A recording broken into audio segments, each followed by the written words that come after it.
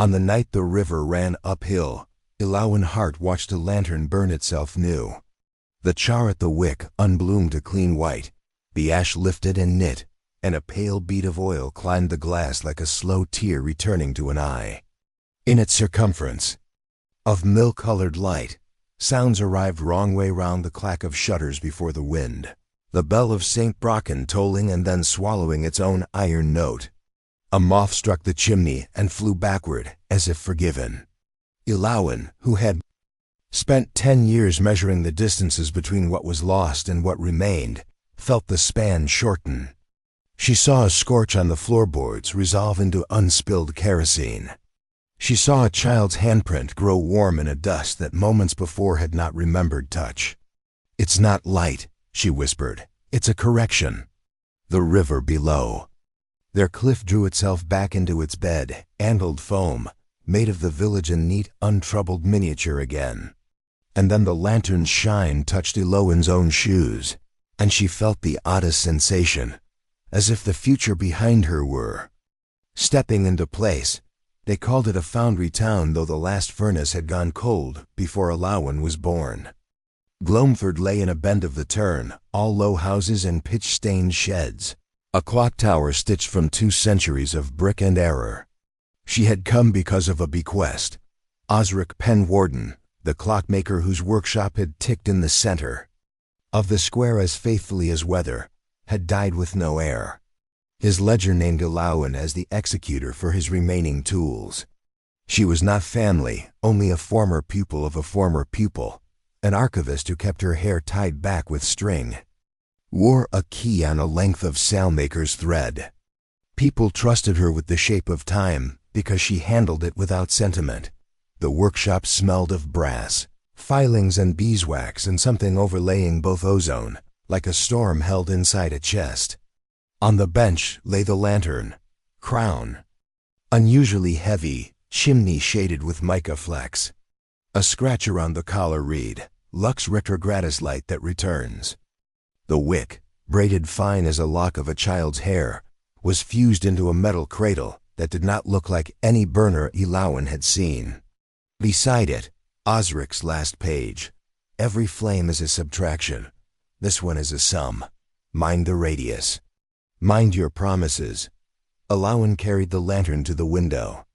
Gloamford Square held its usual afternoon, a pair of fishwives haggling until their voices took on a churchy rise and fall, a drayman whose horse behaved as if it were the thinker among them, a boy batting a hoop with the calm of someone who had never seen a furnace lit.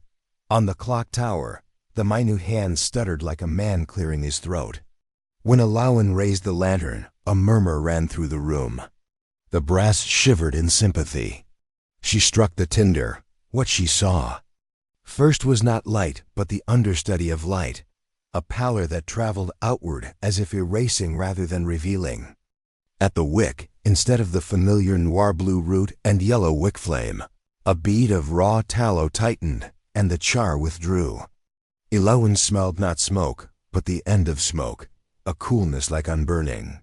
The lantern's faint showed her the corner where a mouse had worried at a sack of caraway, a fact the room had forgotten by morning and was now remembering. She took a cautioned step. Her boots made a sound, and then remembered not to. "Osric," she said, as if he'd answer. The clock tower's stutter steadied. The minute hand crept gently back to the quarter hour. The doorbell jangled, and a figure stood with his cap in both hands. Nicholas Vale Nitch, as he reminded everyone. Even the magistrate ran the ferry and the stories that followed it. He was one of those men who gathered reputations the way stones gather lichen, rumors of a drowned sweetheart, a long swim.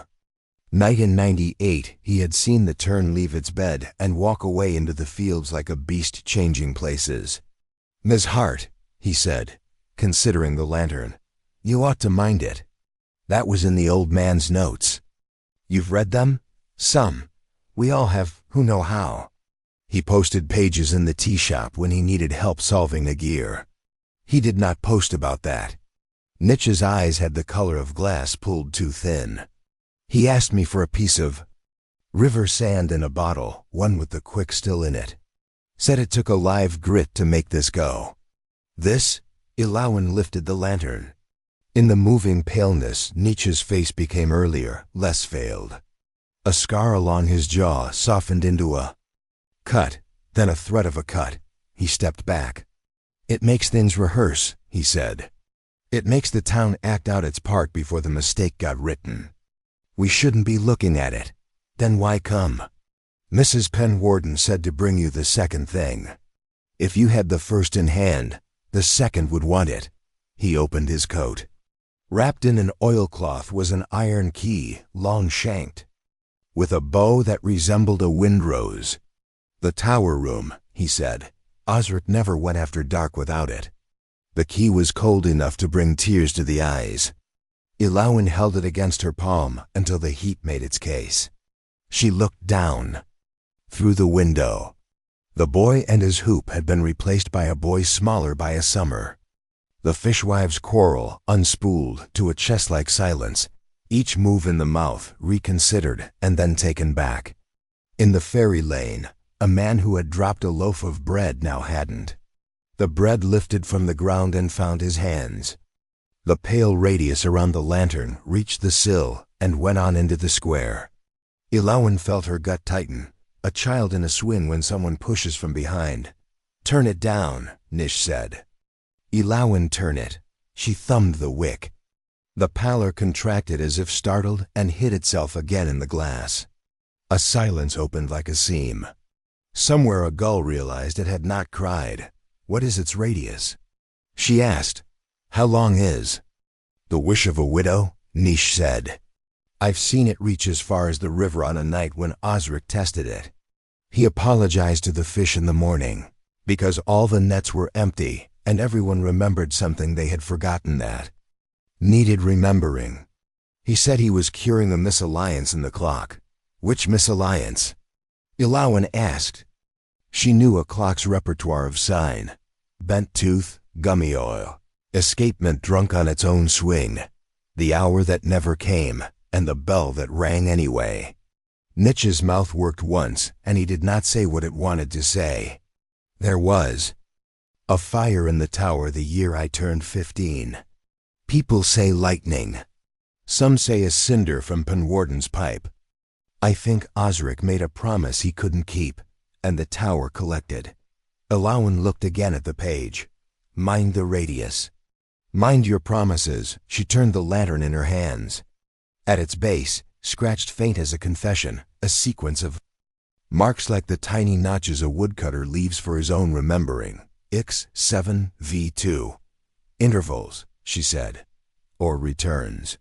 Asks and answers, Nish said. He told me the lantern doesn't light rooms so much as it lights forgiveness. But forgiveness can be wrong. It can set a thing back on its path who never should have had another try. Like a man who struck someone and then had the blow unstruck, so he could strike again, Ilawan said. Or a boy who fell in the river and was caught backward by his own breath, only to go to the water again, because the river had not taught him what it was for. Nietzsche put his cap on. Will you go up to the tower? I will, Ilawan said. She wrapped the lantern in a rag and put it in her bag. But not because you asked. Because Osric did. On the square, dusk learned its own lesson very quickly. Gloamford was not a place that believed in lamps that argued with night.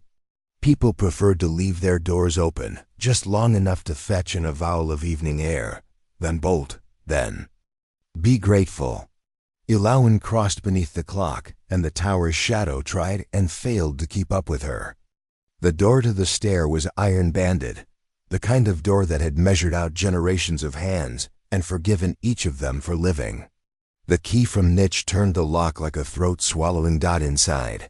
The narrow stone stair rose and coiled. Like a thinking thing. Ilawan carried the lantern unlit in one hand and the key coiled inside the other. The tower had its own weather.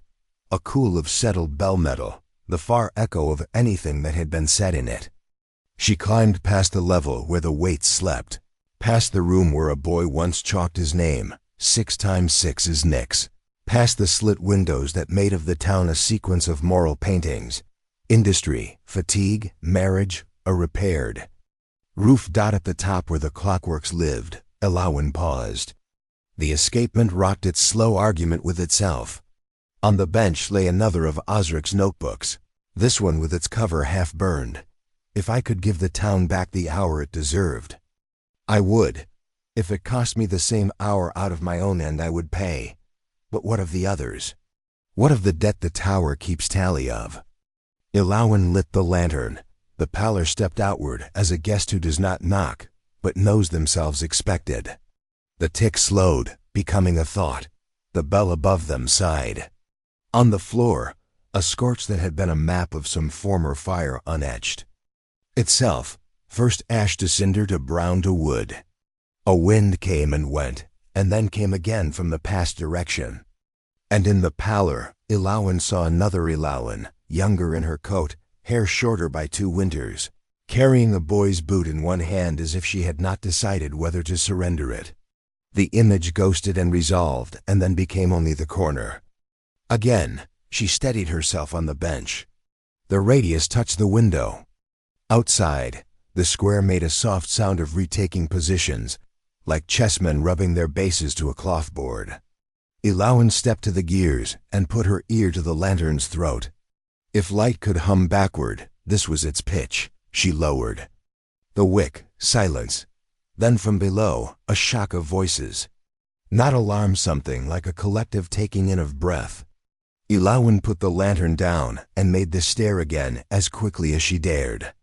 At the iron door, she lifted the latch. In the square, a man stood with his arm extended and a boy beside him with a hoop.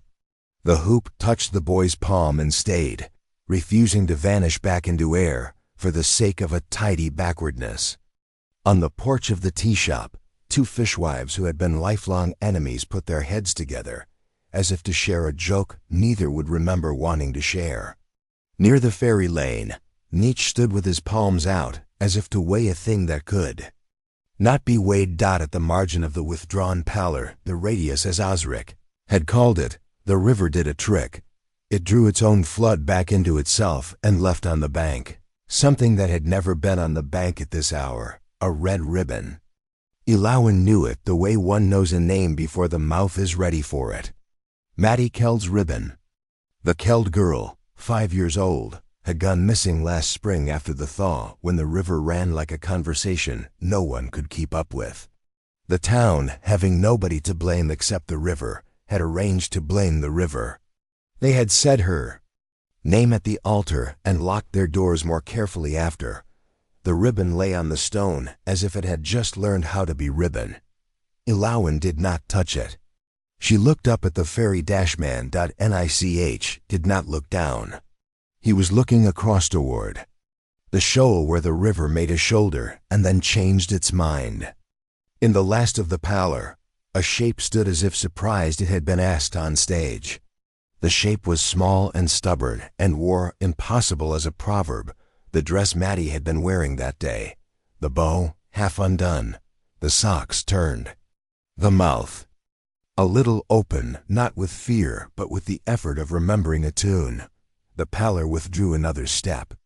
The shape blurred at the edges, then decided not to blur. A girl stepped forward and put her foot in the world as if it cost something. Gloamford, which did not believe in miracles unless they came wrapped in rain, made a sound like a rooftop settling in a thaw. "Mind your promises," Illawen said aloud, and did not know if she meant Osric or herself. She raised the lantern, turned the wick until the radius held exactly where it was, and no more. The girl's hand found the bank. The ribbon, without being told, lifted itself like a small flag and tied its own knot. Behind Illawen, the clock tower took a breath and waited to see whether it would be permitted to go on. By nightfall, those who kept their heads had collected in the tea shop. Those who kept other people's heads gathered in the square to tell them what to think. Illawen took her seat near the window, where the lantern sat with its pallor quieted, like a dog that had done a trick and was surprised to find itself praised, and leashed both. Maddie Keld's mother had taken the girl home under the protection of every woman present. Men had remained stunned in place. some learning how to cry again beginning at the chin. Nitch set a mug in front of Ilawan. "You put a child back into the ledger," he said. It was not praise. It was a statement with a hinge in it. "Osric did," Ilawan said, "and the river that does not love owing." Nitch looked at the lantern. "It will ask for its change." "What is owed?" He leaned one thumb into the other.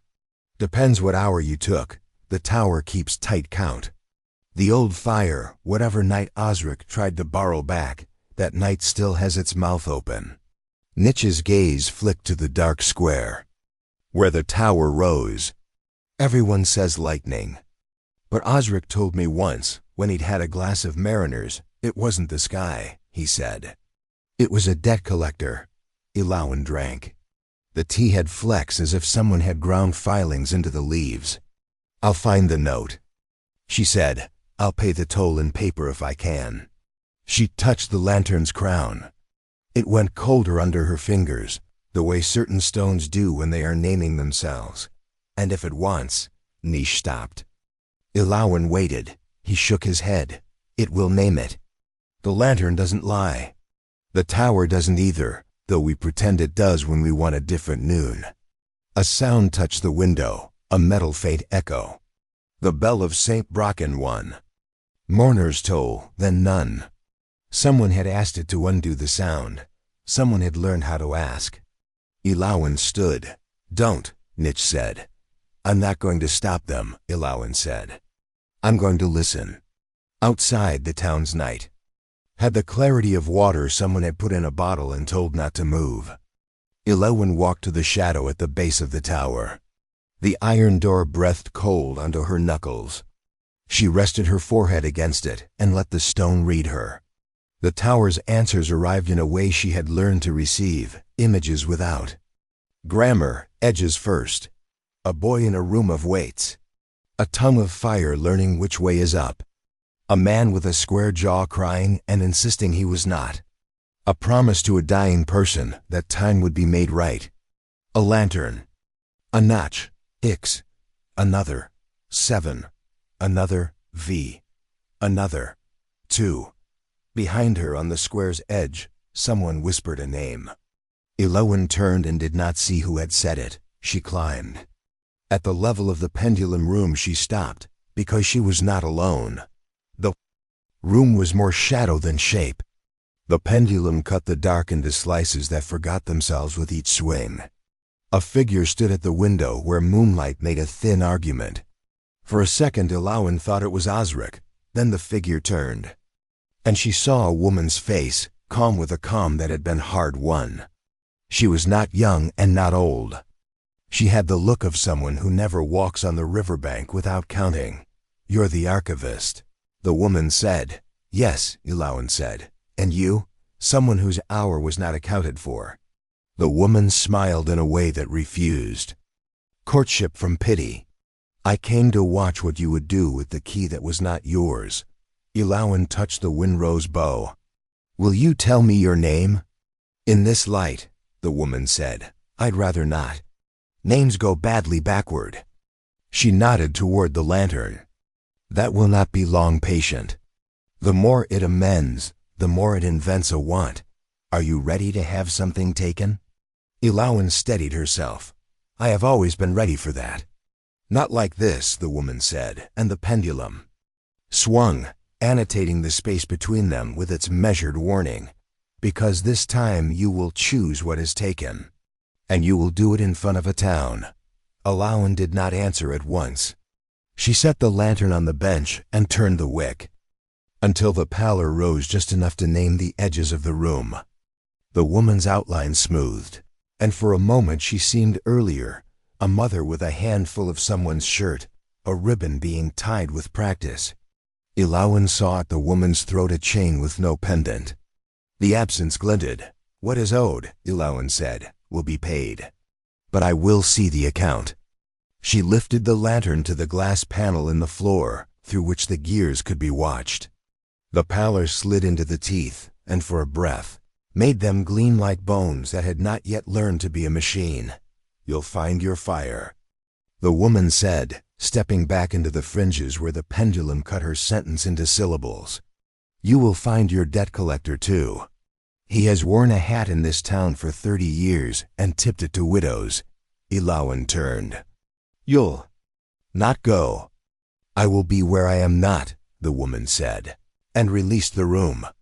Ilawan stood alone with the pallor and the tick, learning how to change its mind. On the bench, Osric's notebook waited with its half-scorched cover and its unreasonably neat hand. To return a child is to return all the nights that child should have had. The lantern will find its price where the hours were thieved. Keep the count. Keep the faith. Ilawan lifted the lantern higher. Outside, the square leaned toward the tower in its sleep. The river, like a thought carried too long, turned in its bed. The hour that had gone missing stretched, and the town, unaware of the stretch, sighed the way a body sighs when a splinter at last is found. "Then we begin," Ilawan said, and adjusted the wick until the pallor reached exactly to the lip of the stair and no further. "We'll give back what we can. We'll let the rest testify." The lantern's bead tightened, bright as a kept oath, and began with excellent politeness to burn itself new. By morning the town had woken into a world that felt recently combed. The ferry ropes were tidied into coils no one remembered coiling. The shutters sat a fraction squarer. A bruise on Nich's knuckle softened as if it had renegotiated the terms of its brown. Word traveled in the way Gloamford's words do down the bakery line, up the church steps, across the drying green where the women pegged out what could be spared to air. "The Penwarden lantern brought Maddie back," they said, and the sentence developed ornaments. "By Osric's hand from the grave.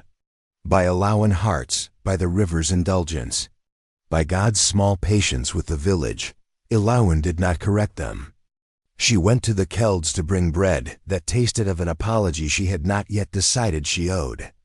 Maddie sat cross-legged under the table with a pencil and a scrap of butcher's paper. She was drawing the river as a ladder. "Did the ladder go up or down?" Ilawan asked. Maddie's face made that deliberate consideration unique to children, whose minds are too swift for adult questions. "Yes," she said finally. "It went the way you needed. What did you need?" "A way back," Maddie said. Her mother's hand fluttered against her hair and stayed there. On the square, the magistrate, Edric Halle, who had a talent for never being where trouble started and always being where it concluded, set up a trestle and an expression. He was a long man who had begun to wear with badly, a hat saluter, a tither of the air. "Neighbors," he called, "we must treat with this occurrence as men and women of prudence. A miracle unregulated is nothing but a hazard with a halo." He smiled the way a spoon shines if it is polished with bad news. "The lantern will be housed under lock. I shall hold the key until the parish council convenes." Ilawan stood at the edge of the crowd, Nish beside her. "He'll put it in his desk," Nish muttered, "and ask it to unring things he said in private. He'll be right as rain in every conversation he ever tripped in." Ilawan stepped forward. "Magistrate Halle," she said, "Osric Penwarden made me executor of his tools. Regulation is not a rope you can tie around a thing that exacts a price. It will be housed with the person who counts." Hale's smile smoothened. "Ms. Hart, a pleasure to see a woman I have not yet had to admonish." "We're agreed then. I shall count." "Have you ever kept a time book in a foundry?" Ilawan asked. "Have you paid a man on a Monday for a Friday he did not live to see?" The crowd's noise thinned, interested. Halle adjusted his hat. "I keep other sorts of ledgers. Some are useful," Ilawan said. "Others are clever." She raised the lantern a fraction from her bag. Even unlit, it did a thing to the space around it. It asked the air to mind its step. "This one keeps a ledger made of hours and the directions they chose. If it is to stay, it stays with me. If it is to be locked, then it will be locked with a hand that knows what a debt feels like. You may be the man. I will listen." Hale's eyes did a small weather. It cleared. Let us discuss, he said smoothly. In my office. Nietzsche's elbow spoke to Eloan's sleeve. She ignored it and followed Holly up the steps of the clerk's hall. The door shut with expensive quiet. Files flicked their labels at her. A map on the wall presented the county as a calm animal with towns set like combs along its back. Holly took the chair that had been making him taller for years. You are competent, he said. You wear your competence like a cloak. Good. It spares us the ugly work of pretending otherwise. I carry a lantern that undoes the sequence of events, Eloan said. Pretending is not a luxury it permits. He steepled his fingers. Osric Penn wrote to me in April that he had found a way to refund a wrong. He requested that I assist him in drafting a petition to the bishop. The petition, if granted, would have permitted the use of certain bells in a manner not strictly well. Hale's fingers opened like a shrug. Then the old man died, and his contraption went to dust. Or so I believed. What wrong? Eloan asked. The fire in the clock tower, Holly said, without ceremony. It was not lightning. It was an intention. He watched her for a startle. When she only breathed, he went on. A boy had been beaten by his father to within a measure of death. The old man set the bell to ring at an hour it was not meant, to gather the men, to interrupt the remaining measure. But the bell ran a crack into itself, a hairline that had waited years. The strike took the crack, and the crack took fire. The tower kept tally. It will always keep tally. Osric wished to return the hour when the blow would have landed, to make of the father a different man. The bishop, who knows his business as I know mine, declined to sanctify time's rethreading. Did you know the father? Eloan asked. Hale's eyes cooled the glass. It is a small town, he said. I know all my men. The point is, this device represents a category of redress that does not belong to the citizenry.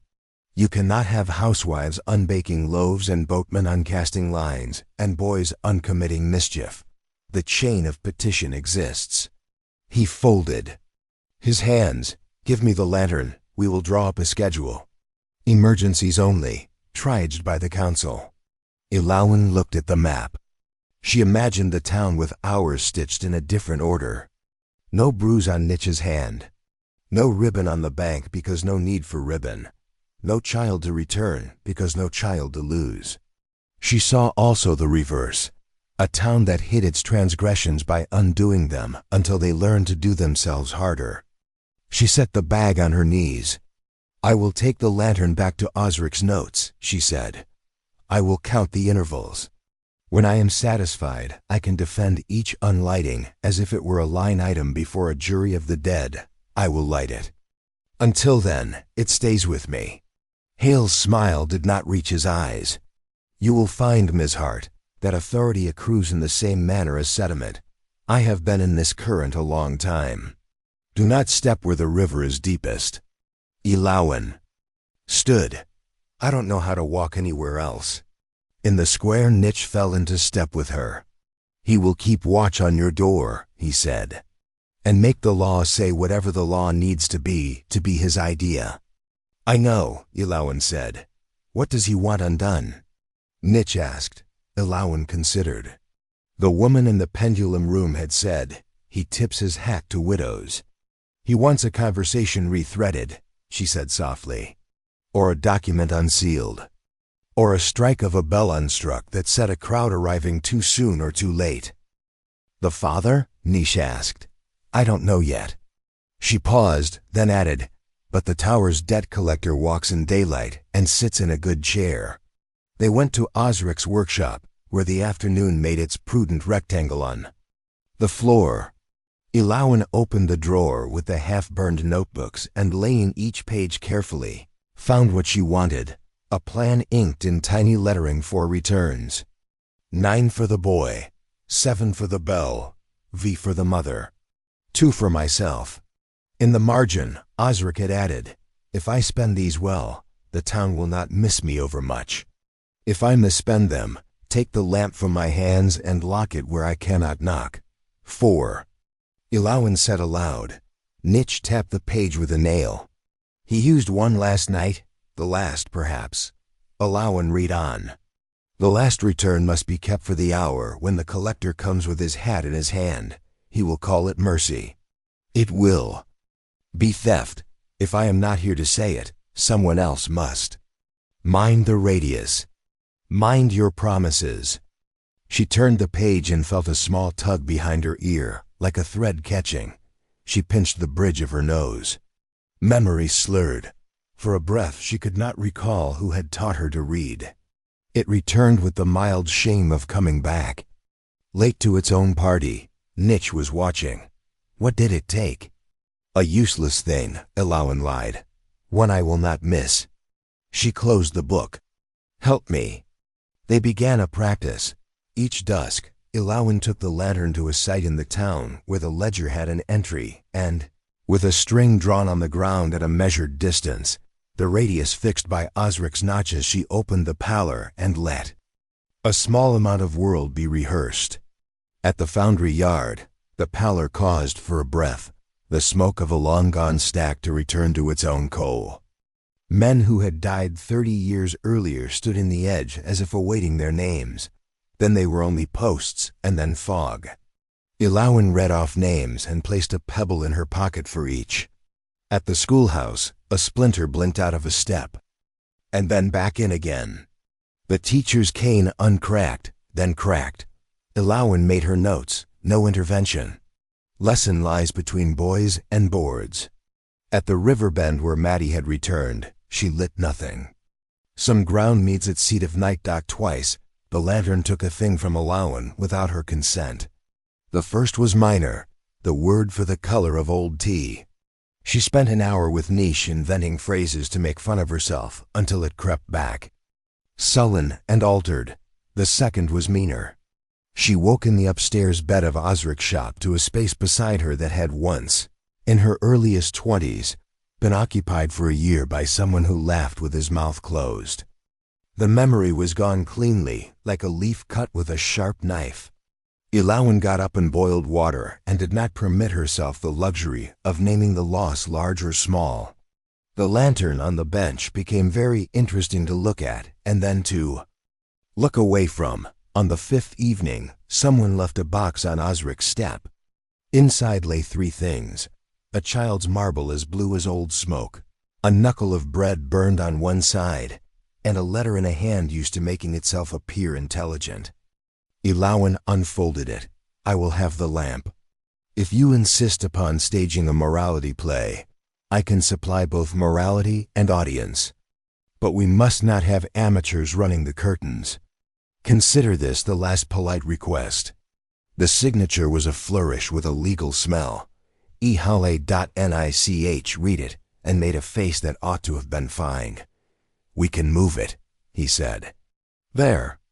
Our places Hale's men won't go. The ferry's cellar. The bone room under St. Brocken. Ilawan shook her head. He'll look anywhere. And if he finds it in a cellar, he'll make of that discovery something that seems to exonerate him for having dirt on his shoes. What then? We change the stage, Ilawan said. He wishes to hold the object and appear to be the master of it. That's an old appetite. We don't change his appetite. We change the object. She laid the lantern on the bench and slipped its glass gently from its frame. Under the crown the mechanism showed itself. No burner at all, but a coupler of sorts. A tiny escapement that swung not a pallet, but a mirrored leaf. Ilawan lifted the wick cradle and saw the braid. Not cotton, not even flax. Oh, Osric! She breathed. What did you do? Nitch leaned close. What is it? Shroud cloth, Ilawan said. Not stolen. Gifted. See the stitch? This is a widow's hand. Osric went door to door and asked for inches, like someone collecting signatures. On a petition to persuade the hour, she held it to the light.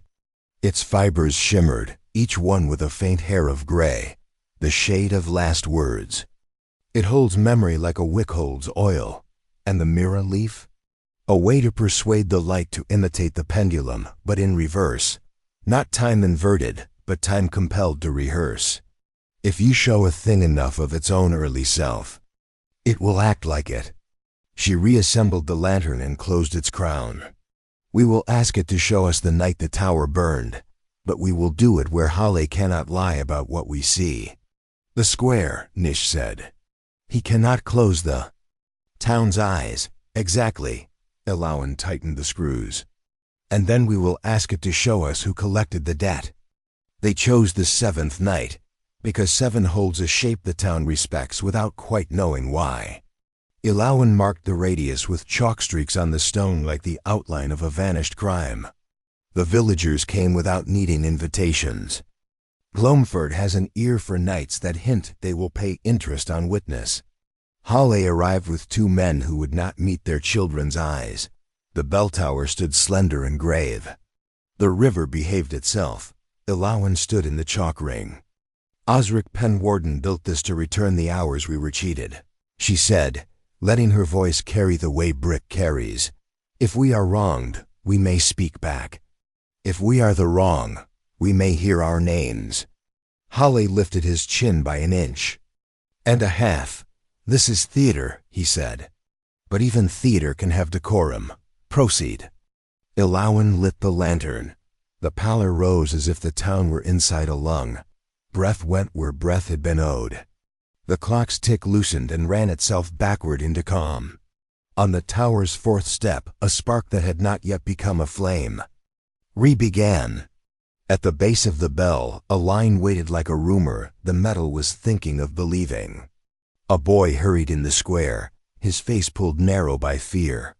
He held his hand against his ear and wept without sound. Ellawen knew the tilt of his shoulder, knew the threat of his demon. If I don't bring them, it will be worse later. She raised the lantern a fraction. The pallor touched the boy. His breath steadied, his hand lowered. A man's shape taller. Watchful entered the frame at the square's edge and paused. Beneath the cupola's shadow, the man wore his hat the way some men wear hymns, as if it never left them. The pallor made his face earlier by 10 years and revealed, because it was built to reveal, the habits in it. A set to the jaw that liked impressing and was scared of being impressed upon. A kindness he rented by the hour. A ledger kept in the nervy pulsing vein at the temple. He looked up at the clock and saw not a town's heart, but a blunder in management. He removed his hat. He set it down with care on the bench by the door. He lifted a key. Niche inhaled as if someone had rung him. He had the tower key, he said softly. Of course he did. Ellawen did not look away. Let it show, she murmured to the lantern. Hale's earlier self slid inside the tower and shut the door. The pallor made the door see-through as tallow. Inside, the boy she had seen held the rope to the bell, his hands blistered. Halle took the rope and spoke. The pallor did not grant his words, but it gave their shape. Ellawen saw the mouth open into a command that pretended to be a blessing. He drew the bell down 1, 2, 3. The crack woke and ran to meet itself 4 and fire found the fracture. Hale's face, haloed in a brightness he believed he had deserved, wore wonder like a borrowed coat. Behind him on the stair, Osric tried to arrive in time. Fire unfurled, remembering its lesson too well. The pallor held it in an earlier, more tentative torque. Ellawen spoke low to the lantern. Give me the collector, she said. Give me the hand that took the hour and called it law. The pallor obeyed. It layered the 2 times, permitted both to be true. In one, the boy ran and was caught. In the other, the boy became Niche 15 and could not unlearn responsibility. In both, Hale's hand struck the rope and made the bell say a name that partly healed the boy and partly minted the coin of future authority. Then the pallor performed. The one trick Ellawen had prayed would not attempt in front of everyone. It set the rope back in Hale's hand and unstruck the strike. The fire withdrew from the line. The bell settled. The boy did not cry out. Osric arrived. His mouth shaped gratitude, and Halle caught it with a nod as if it had been his to accept. Gloamford made a sound that was not contained by throat or mouth. It came from under stones. It came from ledger ink that had always wanted to be rain.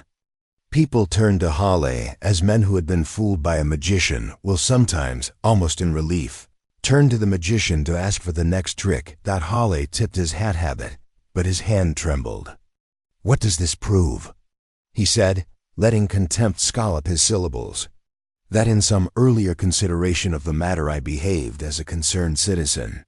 The lamp's radius has made a soup of images. Ms. Hart, I will now take custody before you injure the commons." Ilawan lowered the wick until the pallor thinned to a film. "You collected an hour that wasn't yours," she said. "You put your hand on the rope to look like a savior, then took the strike back so that the salvation belonged to you twice." Halle smiled, and the town saw for the first time exactly what his smile was built to do. "Prove it," he said. "Prove it without your contraption." The pendulum room woman's voice arrived as if the tower had never quite released her. "Choose. What is taken? Choose it in front of a town." Ilawan lifted the lantern and looked at Nitch. "If I spend a return," she said, not loudly, "I can make the room itself testify. The bell's metal remembers." "But the price, what does it want?" Nitch asked. Ilawan swallowed. The lantern, dumb as mechanics and exact as a scale, made its desire known the way a toothache becomes fluent. It wanted from her the smallest, sharpest thing that would still make her keep her feet. It wanted the pattern of her brother's voice when he had said, at the age of 9, "Don't throw it yet. I'm not ready." The stone rolled back down the little hill. She had laughed and thrown anyway. He had laughed too, and then the river had taken the laughter and kept it until it was needed. Which is to say, dash, now dot. She raised the lantern. "For the record," Ilawan said, and opened the wick to notch VTHE pallor surged. Not outward but inward, making a chamber inside the bell, where sound that had once had its way could be asked to attend. The bell spoke. Not a toll and utterance. "I was rung at a false hour to perform a true kindness. Then the kindness was unstruck to bind gratitude to the ringer. I keep tally. I do not mistake hands. The words were not words. They were grain, wave, iron. They were alignments in the air." Even those who despised poetry understood precisely. Hale's hat slid an inch on his hair. "Parlor," he said, but the word died of thinness. Ilawan turned the wick down. The pallor receded and took with it the thing it had asked. She knew the moment it left. Her brother's voice, his only sentence in her mouth, faded until it became a contour without flavor. She stood very still and took her breath like medicine. "Now we have business," she said, and the town, which had seldom loved her and had often deferred to her, looked at her as at a new clock face that kept better hours than they had wished. For Halle tried to make thunder from paper. "You have conducted an unlawful demonstration. Ms. Hart, you have incited. Tomorrow," Ilawan said, "we empty the ledger. We visit the places Osric marked and pay what we can. Then we seal the lamp." She looked at Halle. "If there is a kindness you would have unstruck, list it tonight in your bed and put your name to it. We will see if the bell permits your petition." She lifted the lantern and left the square's chalk ring.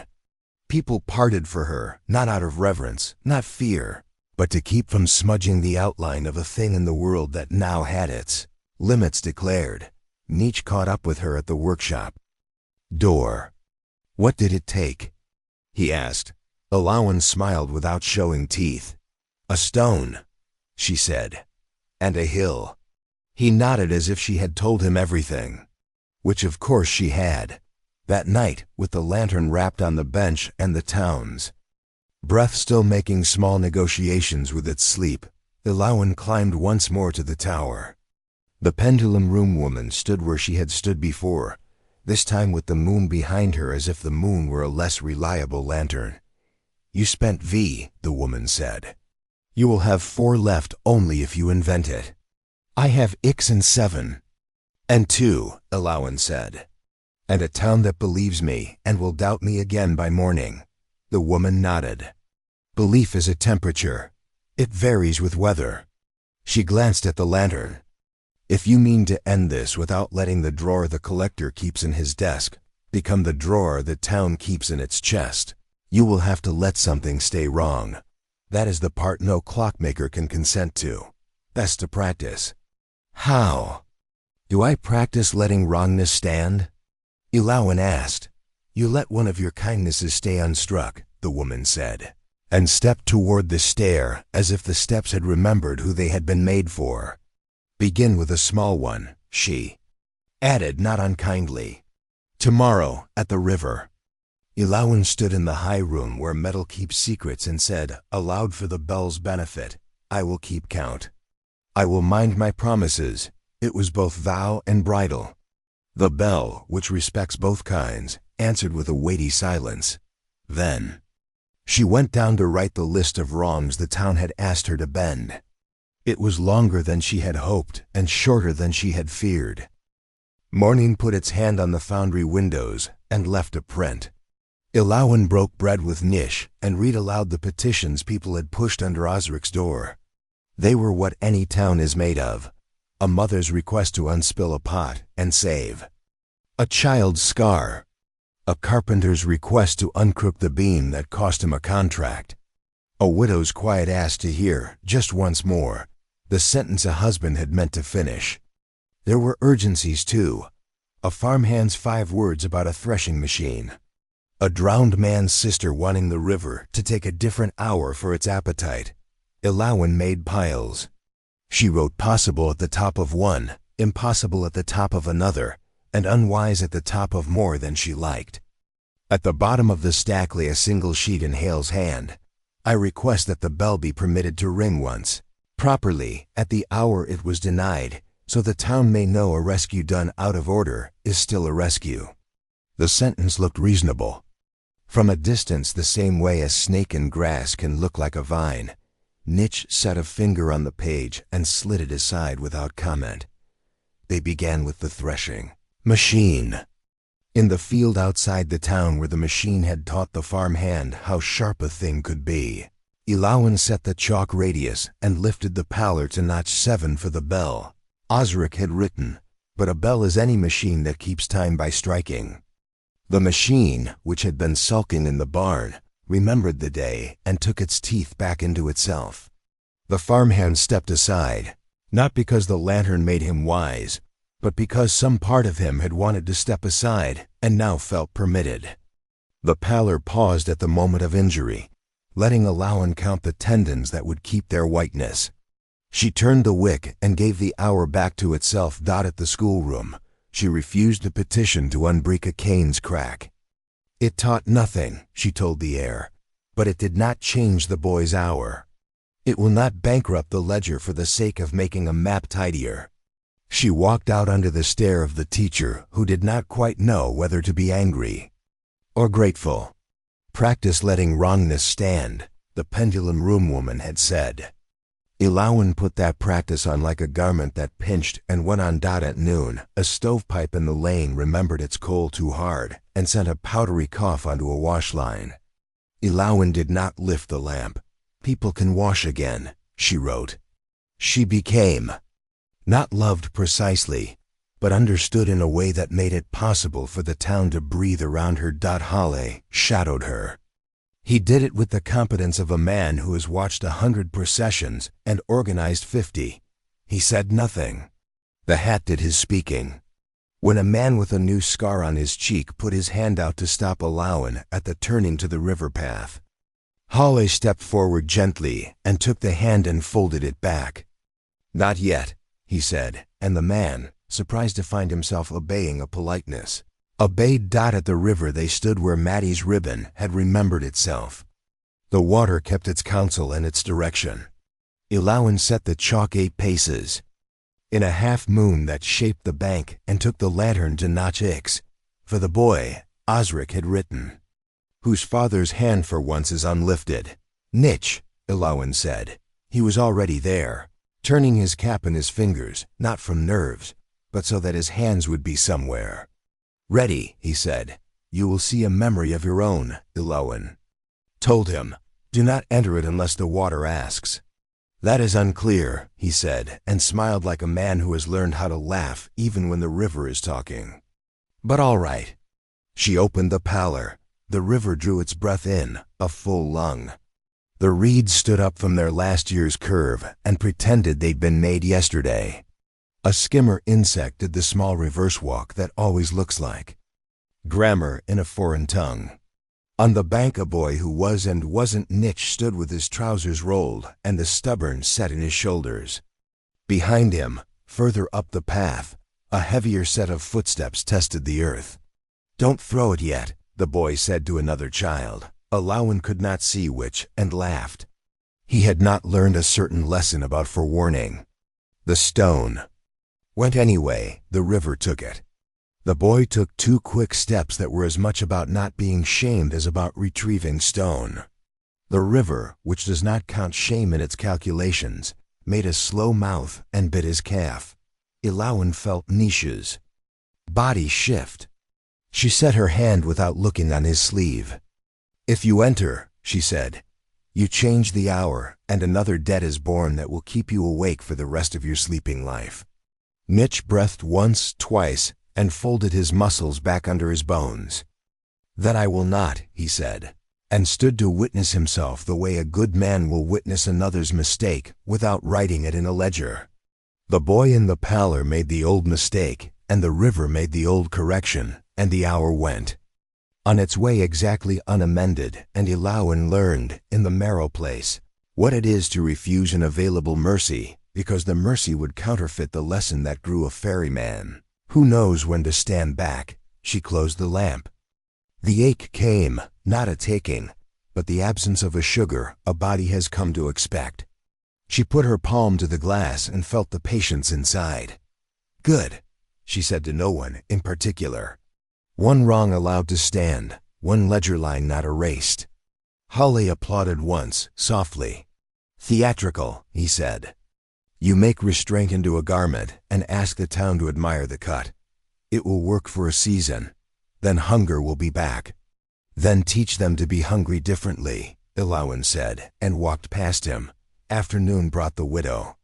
She had been waiting, dignity folded in her handkerchief. "My ask is small," she told Alawan. "There is a sentence my husband was saying when he died. I don't need him back. I don't even need the sentence finished. I need to hear the exact sound his mouth made when he tried. I need to know if it was apology or instruction. I will not use what I learned to accuse or to exonerate. I will use it to sleep." Alawan looked at Nish. He nodded. They went to the cottage, set the radius in a circle around the bedstead, and opened Notch V already spent, Alawan felt, but perhaps there was an echo left. The pallor came like a hand that knows its way to a friend's door. The last hour returned with a grace she had not expected. The man on the bed, unable to manage, air with his usual ungraciousness, shaped his mouth and pushed one syllable. Not apology, a noun drawer. The widow's eyes filled and then steadied. "Thank you," she said, which was for Alawan, and of course, which was for herself. She went to the desk and opened the drawer that had been stuck since the month after he died. Inside lay a letter in her own hand, never posted, a grace she had allowed herself and then mislaid. "I forgive you for your smallness. I forgive you for teaching our sons how not to be small." The lantern's pallor made the ink new. She folded the letter and put it, at last, exactly where it had meant to go. Near dusk, Holly made his play. He did not do it in the square. He had learned something about theater. He came to Osric's workshop with 2 constables and a paper that had fetched the bishop's seal while Alawan had been making the town decide who it was. "By the authority of the parish and the county," he said, with decorum like a lacquer, "we take the object into safekeeping against abuse." Alawan, who had been expecting the hat at the desk drawer all day, set the lantern on the bench and stepped aside. "Very well," she said, and the constables, surprised by being obeyed their own surprise and took it as courtesy. Hawley lifted the lantern and turned it once in his hands, as a man might turn his future. You have no training, he told Alawan almost gently. You have only nerve and a way with nouns. Leave this to men who file reports. What will you unstrike first? Alawan asked. He blinked. I will make of its use a policy. I will. What? Will you unstrike first? She repeated, and now her voice did a little thing to the room. Like a draft finding the right seam under a door, he answered before he planned to. A remark, he said, spoken foolishly. A man's career moved. Because of it, mine should have. The remark will become, once undone, a conversation in which my foresight is evident. Good, Alawan said. Begin with yourself. Hawley inclined his head as if he could afford to be gracious. He stepped to the door. Nish, from the shadows, lifted a hand. Mind the radius, he said, which could have been a joke, and WSN single quotes to Hall, who had not read as deeply as he claimed, did not mind it. He lit the lantern in the clerk's hall, alone at his desk, with the door bolted and the map looking on. He set it to a small wick, and invited the pallor to cover only the space between his chair and the volume of minutes on which he had written. 5 years passed, a sentence that had shaved a friend's future to fit the hat he meant to wear. The pallor came obedient, the minutes page uncreased. The ink gleamed. The sentence he had cut into the day Mr. Vale's testimony shows a disposition toward insubordination grew pale, lifted itself, hesitated. The radius, unminded, reached beyond the desk to the wall where the parish accounts hung. It touched the drawer that everyone believed was always locked. It touched the bell's small clapper that Hawley had kept there as a souvenir of an hour that had not been wholly his. It touched the window and the grip of night outside. It reached the square. It put its mouth to the clock. The town felt a small shiver, like a fish flick in a net. Alawan, standing in the street below, saw the pallor leak around the curtain and knew. She went to the tower steps and opened the door with her key. She climbed as fast as the stair would permit. The pendulum room woman waited at the top, her hair with more moon in it than before. He will unmake the rope, she said. He will make of the night an innocence that belongs to no one. You must choose. Alawan nodded, breath measured. What choices remain? 2, the woman said. Seal the lantern at the bell's heart and let the bell be the new custodian. It will work once more and then only as a witness. Or take the lantern up the last stair, burn it fully backward to its first inch, and let it take the collector's ledger instead of the town's. What does the first cost? Alawan asked. Your ability to call any hour back, the woman said. All petitions henceforward are the old-fashioned kind, bread for grief and company for winter. And the second? Your memory of everyone who ever asked you for help, the woman said. You will not know whose grief you carried. They will know, you will not. You will have been useful to them, but not to the story you tell yourself. At night, Alawan did not hesitate as long as a page turn. The second, she said. If help is the thing, then let their hours stand. Mine can go common. The woman put her palm to her cheek with the briefest astonishment. I thought you would choose the bell. Alawan smiled with half a mouth. I have worked too much with paper to trust anything that only witnesses, she said. Besides, there will be other lanterns, other towns. There will always be someone who thinks a hat is a halo. We can't fix the species. We can make it more expensive to be that man. She lifted the lantern. Nietzsche's voice came fat on the stair, breathless. Alawan, he stopped at the threshold. If this asks a price, it will ask a price, she said. You will keep the count for me afterward. He nodded once, then again because once was not enough. They went up the last step to the bell. The iron had the look of something judicial that had learned humor late. Alawan set the lantern under the throat of the bell and opened the wick all the way. The pallor blossomed, not outward, but backward, down into the wick zone. History, along the shroud cloth fibers to the women who had cut them, to their kitchens, to the sentences they had stitched to keep their boys warm in winter. It touched Osric's hands, which had tied the braid, and it wrote in their tremor every apology he had tried to draft and never sent. It reached the moment the wick was thought of. What if the light could inherit memory the way children inherit hair? And made of that thought a farewell. In the clerk's hall, Hale's pen scratched the minute that would make him innocent. The pallor arrived and took the page out of his words, left the ink to be only ink. He looked up, and for the first time in 30 years, his face showed him his face. He saw the drawer the town kept in its chest, and the drawer he kept in his desk, and understood which had been heavier all along. The hat did not help him. It was only felt. He blew the lantern out in confusion, and learned that you cannot blow out in unlighting. It makes its own weather. Under the bell, Ilowan held the lantern as its bead grew clear, then smaller, then vanished into thread that intended to be unmade. She felt like a tide going out on 10 beaches across a childhood. The names of petitioners loosened their fingers from hers. Not just the widow and the farmhand and the boy. People she had helped in other towns when she had thought the profession was only papers. They let go. They did not fall. They settled themselves back into their hours. Ilowan remained, suddenly light enough to be blown through a keyhole. She put her palm flat against the bell. "Keep tally," she told it, "but don't keep score." The bell, which appreciates distinctions, hummed once. The lantern finished its backwardness dot in the square. The pallor withdrew as politely as a guest who has remembered another appointment. The town drew breath, the kind that does not ask any questions of the lungs.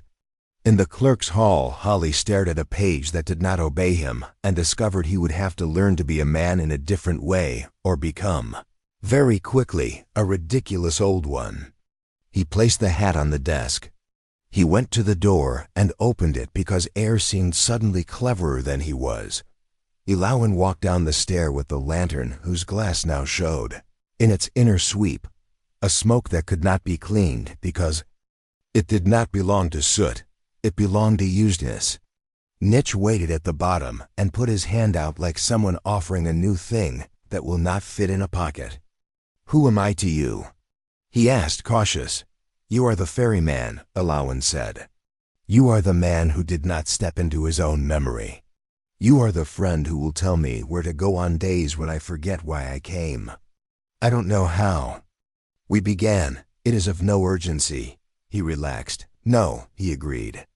"It isn't." They walked into the square. People looked at Ilowan with gratitude that had lost its account number and been content to become a general fund. The Keld girl's ribbon made a thin argument with the breeze. The clock said the right hour with the unconcern of an animal that has never doubted its own spine. Holly approached. He had aged an inch. "The council will," he began, and then his sentence, good for once, gave itself permission to change. "The council will ask you to advise," he said. "Not to manage, not to obey, to advise." "I will be gone," Ilowan said, not triumphing. "You will need someone who loves staying. I am not that person." He inclined his head, and in the tilt there might have been the beginning of instruction. He would forget whom he learned it from. She preferred it dot at Osric's bench. Ilowan set down the lantern. Its wick was a clean stub with a story in it, the way scar tissue holds a paragraph. She closed the crown and tied a note to the handle. "Used, not broken. Do not polish the smoke." "It is the receipt." Nish leaned in the door. "There will be other contraptions," he said. "There will be other towns." "Yes," Ilowan said. "And there will be nights when the river goes the way you need. If it asks for a price, try to pay in the coin that grows back." "What coin grows back?" he asked. "Names we're willing to forget," she said, and smiled because this time the smile did not need to be sad to be true. "Come, the ferry wants us to stand in it until it is less proud." They went out into a world that had not become perfect and therefore remained eligible for love. Behind them on the bench, the lantern that had burned backward held its smoke. like a modest boast. When the evening came and the town allowed itself the small luxury of listening for enchantments, what it heard was only the good plain sound of a bell waiting to be rung at the right time by the right hand for the right reason, and the right reason, as it happened, would always be someone else's.